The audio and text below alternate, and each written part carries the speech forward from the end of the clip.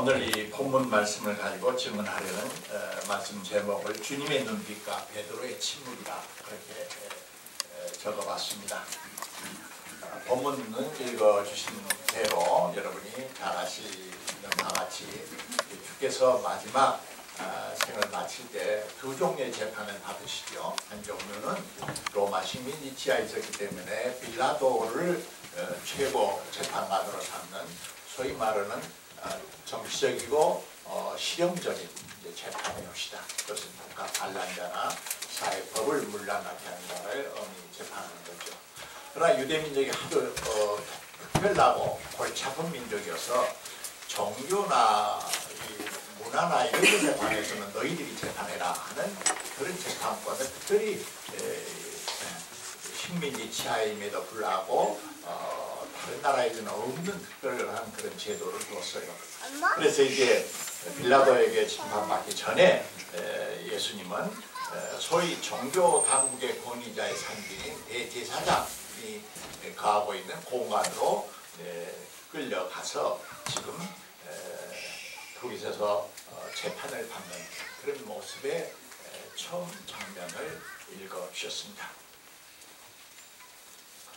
여러 가지 생각할 점이 많지만은 오늘은 짧은 시간에 세 구절을 우리가 키워드로서 열쇠말로서 마음속에 기억하고 늘 묵상했으면 좋겠습니다. 적자는 61절에 주께서 이제 앞에 가시는데 끌려가시는데 베드로가 멀찍이 따라가더라 라는 말이 있어요. 멀찍이 따라가더라. 멀찍이 따라가더라. 61절에는 이제 빌라도 법정 안에 가기 전에 대제사장 뜰에 들어가는데 추웠던지 화롯불을 마당에 펴놓고 불길이 이제 비치는 곳에서 유대인들은 쭉 둘러서 어떻게 예수가 재판받나 구경 삼아서 모아서 청중들이 모여 있는데 베드로가 주춤주춤해서 결국 멀찍이 따라가다가 이 대제사장 안뜰까지 가서 선생님이 어떻게 되나 하고 숨기고 있었는데 놀랍게도 61절 보니까 제사장의 재판 당국자들을 향해서 서 있던 예수께서 갑자기 이렇게 고개를 돌리시더니 주께서 돌이키사 베드로를 보시니라, 그렇게 돼 있어요. 주께서 돌이켜 베드로를 보시니라. 그것이 둘째 우리가 기억했으면 좋겠습니다. 그리고 마지막은 우리가 제일 끝절에 베드로가 밖에 나가서 심히 통곡하니라. 첫째 우리가 열쇠말로 택했던 멀찍이 따라가더라 하는 말씀이 물론 그 당시에 베드로의 행동거지를 성도 기자가 묘사했지만은 우리는 이 말이 가지고 있는 그런 어떤 보다 더 깊은 영적인 의미, 우리에게 말 걸어오시는 그 의미를 좀 묵상해야 하지 않을까. 이미 예수는 유대 사회 속에서 지난 한 3년 동안 여러 가지 풍문을 일으킨 장본인이었습니다. 말씀도 놀라운 새로운 성서 해석을 하는가 하면은 그보다도 수많은 병자들을 낫게 하고, 그래서 한쪽에서는 예수야말로 새로운 우리의 가운데 보내주신 하나님의 예언자 아니면은 메시아 아니겠느냐 하는 기대의 분정도 있었지만은 저 사람은 정통 교리와 가르침을 완전히 뒤엎어버리고 성경까지도 허물으라고 했고 아주 이거 혹세무민하는 아주 못된 놈이다. 그리고 이제 정부 당국자들은 종교 문제야 저들이 이제 관심거리니까 이제 보지만은 잘못하면 민중의 소요를 일으키고 식민지 치하에서 저 로마 황제 시자에게 문초를 당할 정도로 반란의 민족 소유의 장본인이 될 것 같아서 이미 소문이 퍼지기를 예수는 이제 죽었다, 반란자로서 혹세무민하는 배신자로서 이제 죽을 운명을 타고났다. 그 귀처가 어떻게 되는가 보자 하고 이제 숨을 꼴깍거리고 보고 있었단 말입니다. 다시 말하면 이미 예수는 위험인물로 거의 판정이 난 상태고 그 소문이 예루살렘 밑바닥까지 쫙 퍼졌어요. 3년간 가정을 뒤로 놔두고 직업을 생업을 놔두고 선생 예수를 따라 새 사회 새 나라 새 사는 세상을 만들어 보려고 나섰던 젊은 갈릴리의 어부를 비롯한 12제자들은 너무나 놀랍고 가슴이 뜨거웠고 두려웠습니다. 무서웠습니다. 잘못하면 자기들도 다 한 통속으로 이제 검거돼 가지고 죽임을 당하든지 감옥을 가든지 온 집안의 통치 박상이 나를 다 뿔뿔이 도망가고 있어요. 다 그리고 시골에 멀리 숨는 제자도 있었고 그러나 그 중에서도 그래도 제자 중에 수제자라고 스스로 자청하고 다른 사람도 그렇게 생각하기 때문에 베드로만큼은 겁이 나고 두려운 마찬가지인데 차마 선생을 버리고 시골로 숨을 수도 없어서 그 뒤를 따라갔는데 바짝 예수 뒤에 한 5짝, 8짝이나 10발짝 뒤에 따라가는 게 아니라 멀찍이 일정한 거리를 두고 따라갔다. 그렇게 복음서는 전합니다. 예수와 베드로의 행간의 거리가 얼마나 된가를 알려주려고 굳이 말을 했을까? 멀찍이 따라갔다라는 말을 썼던 이 성도 기자의 말하고자 하는 진정한 의도가 뭘까?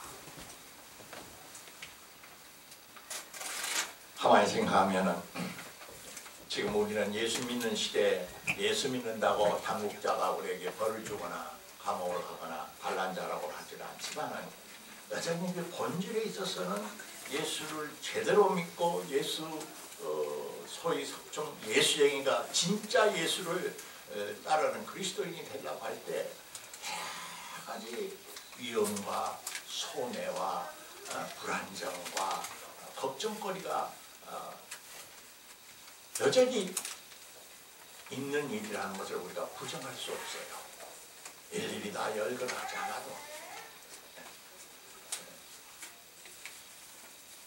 특히 안정이 다 잘 된 큰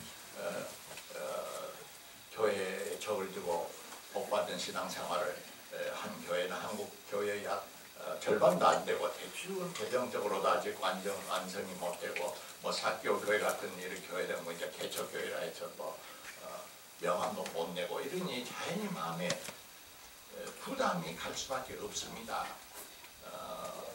내가 주님을 사랑하고 믿고 그분의 가르침을 나의 인생의 지표로서 살고 따라가고 싶지만은 그건 내 마음에 변함이 없지만은 너무나 가까이 너무나 깊숙이 바짝 따라가서는 뭔가 나한테 감당하지 못할 어려움이 당할 수 있지 않을까.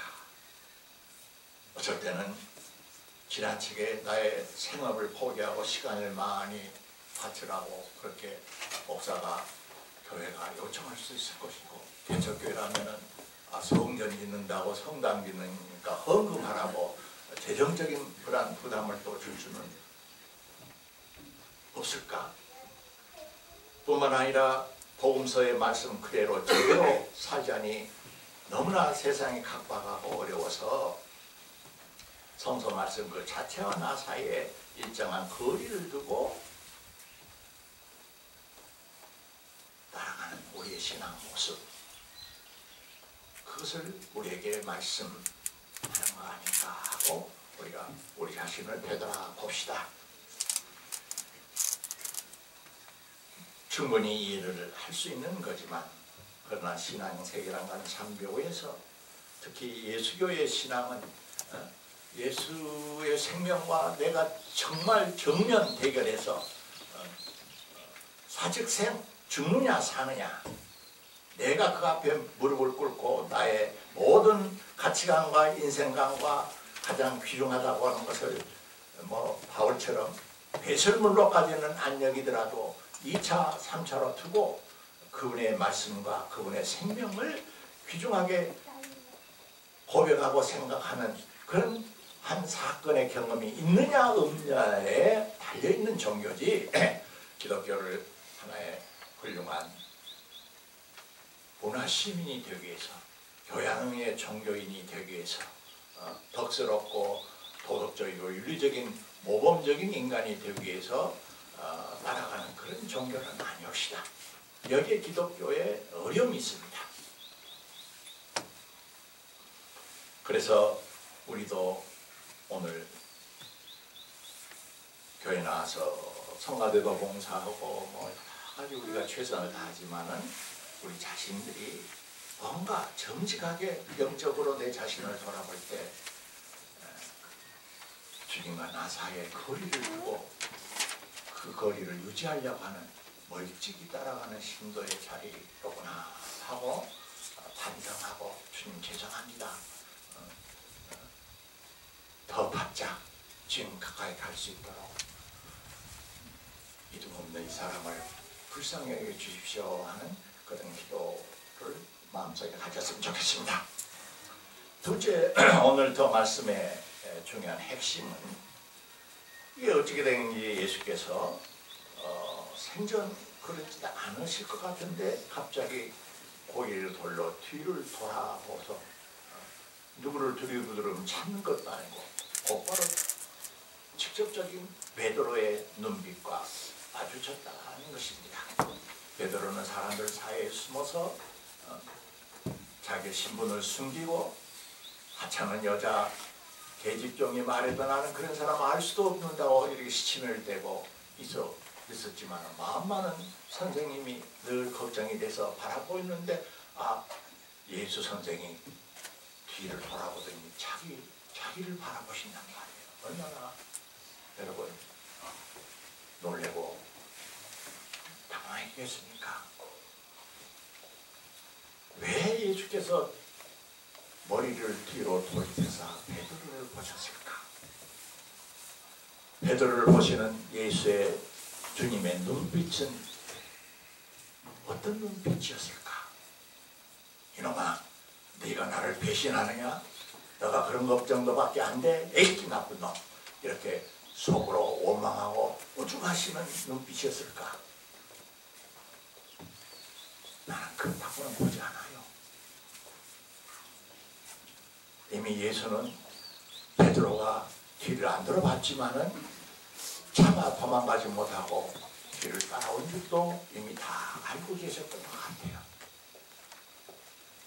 돌아보시면서 도리어 겁에 질려 있고 당황하고 그의 믿음이 흔들리고 자신의 미약함과 비겁함에 자괴감에 고통하고 마음 아파하는 제자를 안쓰러운 눈으로 경외하는 눈으로 이해하는 눈으로 베드로야 내가 너를 잘 안다. 너의 약함도 알고 그럼에도 불구하고 너가 나를 사랑하는 줄 내가 알아. 너무나 그렇게 자괴감에 고통스러워하지 마라. 그러나 나는 너를 믿는다. 너가 지금은 약하지만은 언젠가는 너가 전혀 새로운 사람이 돼서 너 자신 인생을 완성할 뿐만 아니라 많은 사람들을 하나님의 애로 이끄는 그런 기자비가 되어줄 줄을 나는 믿는다.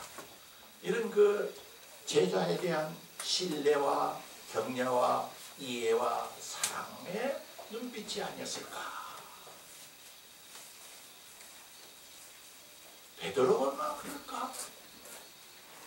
저는 이 오늘 본문 말씀을 묵상하는 가운데 이 김경재 이 사람에게도 목사라고 지난 40-50년간 뭐 이런 소리 저런 소리 했었고 뭐 그러나 중간 하나님께 돌릴 모든 영광과 명예를 가운데서 바로 채먹고 그런 제대로 목사 노릇 못한 목사 노릇은 그만두고 제대로 이 시대의 크리스찬으로서의 증언과 삶을 살지 못한 그래서 마음속 한 구석에 늘 죄책감이 있는 저를 그 긍휼의 눈으로 바라보시고 이해하는 눈으로 바라보시고 도리어 경외하고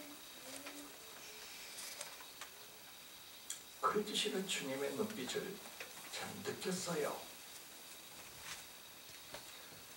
근데 정말 그럽니까? 여러분, 주님이 여러분을 바라보시는 그 눈빛을 우리는 감히 용기가 없어서 마주 대보려고 하지 않아요. 자꾸 눈빛을 피하죠. 그러나 피해서는 안 됩니다. 주님은 여러분을 한 사람 한 사람을 바라보고 계십니다. 경외하고 계십니다. 꾸중 안 하십니다. 예수 믿어서 고생하고 재산 뺏고 손해보려고 우리를 부르시지 않으십니다. 그런 거 없어도 아무렇지도 않다고 그럽니다. 도리어 우리에게 참된 자유와 해방과 기쁨과 환희와 생명 충만한 삶을 주시기를 바라서 우리를 바라보고 계시는 주님의 눈동자를 여러분이 꼭 마주쳐 부딪히는 사건이 성령 안에서 있어지기를 바랍니다. 세 번째는 베드로가 다굴기 전에 3번 네가 나를 부인하리라 하는 선생님의 생각이 말씀이 문득 나서 밖에 나가서 이제 빌라도의 그 법정에 뜰 밖으로 나가가지고 혼자 통곡하니라. 성서 헬라 원전을 보니까 그 통곡이란 말을 헬라로 비통하게 울었다 그렇게 돼 있어요. 비통하게 우는 것이 통곡은 통곡이겠죠. 그러나 억울해서 통곡하는 사람이 울 수도 있고 뭐 통곡이라는 게 여러 가지 종류가 있는데 원문은 비감에 젖어서 비통해서 울었다. 어부요 거칠은 바다와 싸우며 살았던 사나이가 큰 소리로 통곡을 한다고 하는 것은 뭔가 이유가 있었겠죠. 남자가 그렇게 함부로 통곡을 하는 일은 없습니다.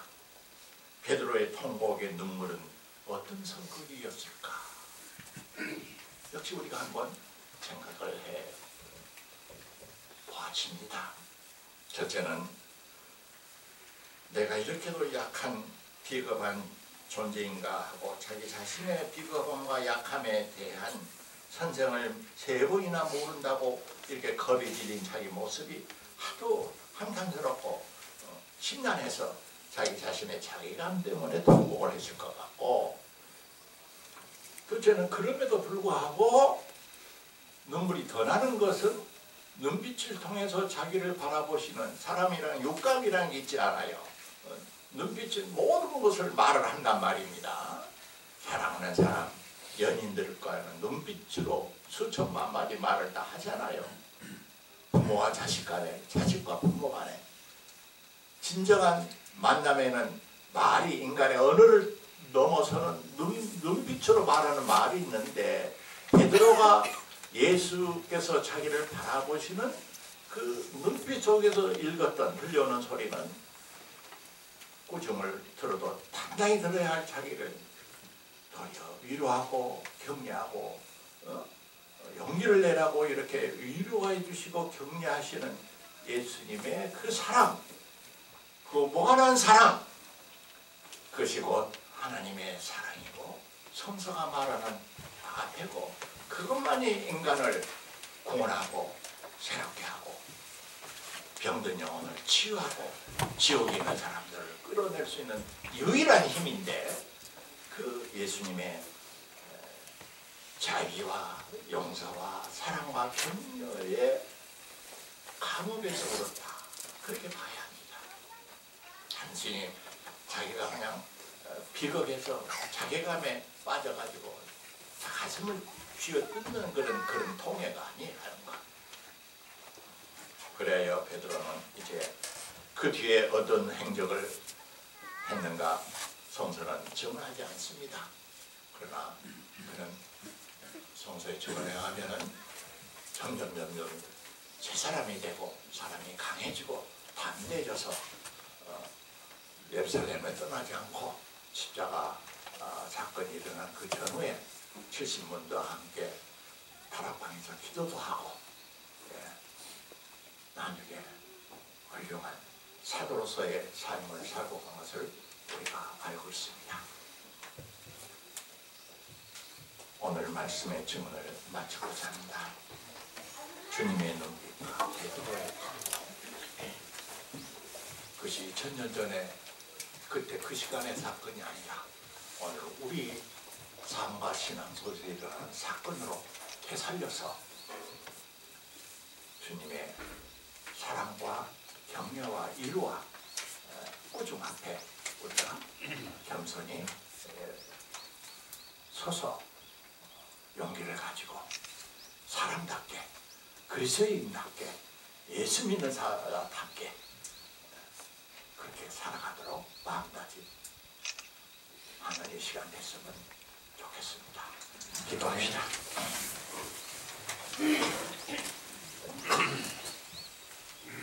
주님, 빌라도의 법정 가기 전에 대제사장의 안뜰에서 일어난 사건을 이 시간 저희들이 다시 돌아보았습니다. 주님의 눈빛을 느낍니다. 베드로의 통곡 소리가 들립니다. 그것이 저의 것이 되도록 우리들의 것이 되도록 해주시고 우리가 아무리 약하고 예수 제대로 못 믿어도 주님은 우리를 놓은 적이 없으시고 잊어버린 적이 없으시고 우리를 주목하고 계시며 격려하고 계신 동반자라고 하는 것을 깊이 고백하고 용기 내고 돌아가는 오늘 이 시간 되도록 축복하여 주시옵소서. 예수 이름으로 기도하옵나이다. 아멘.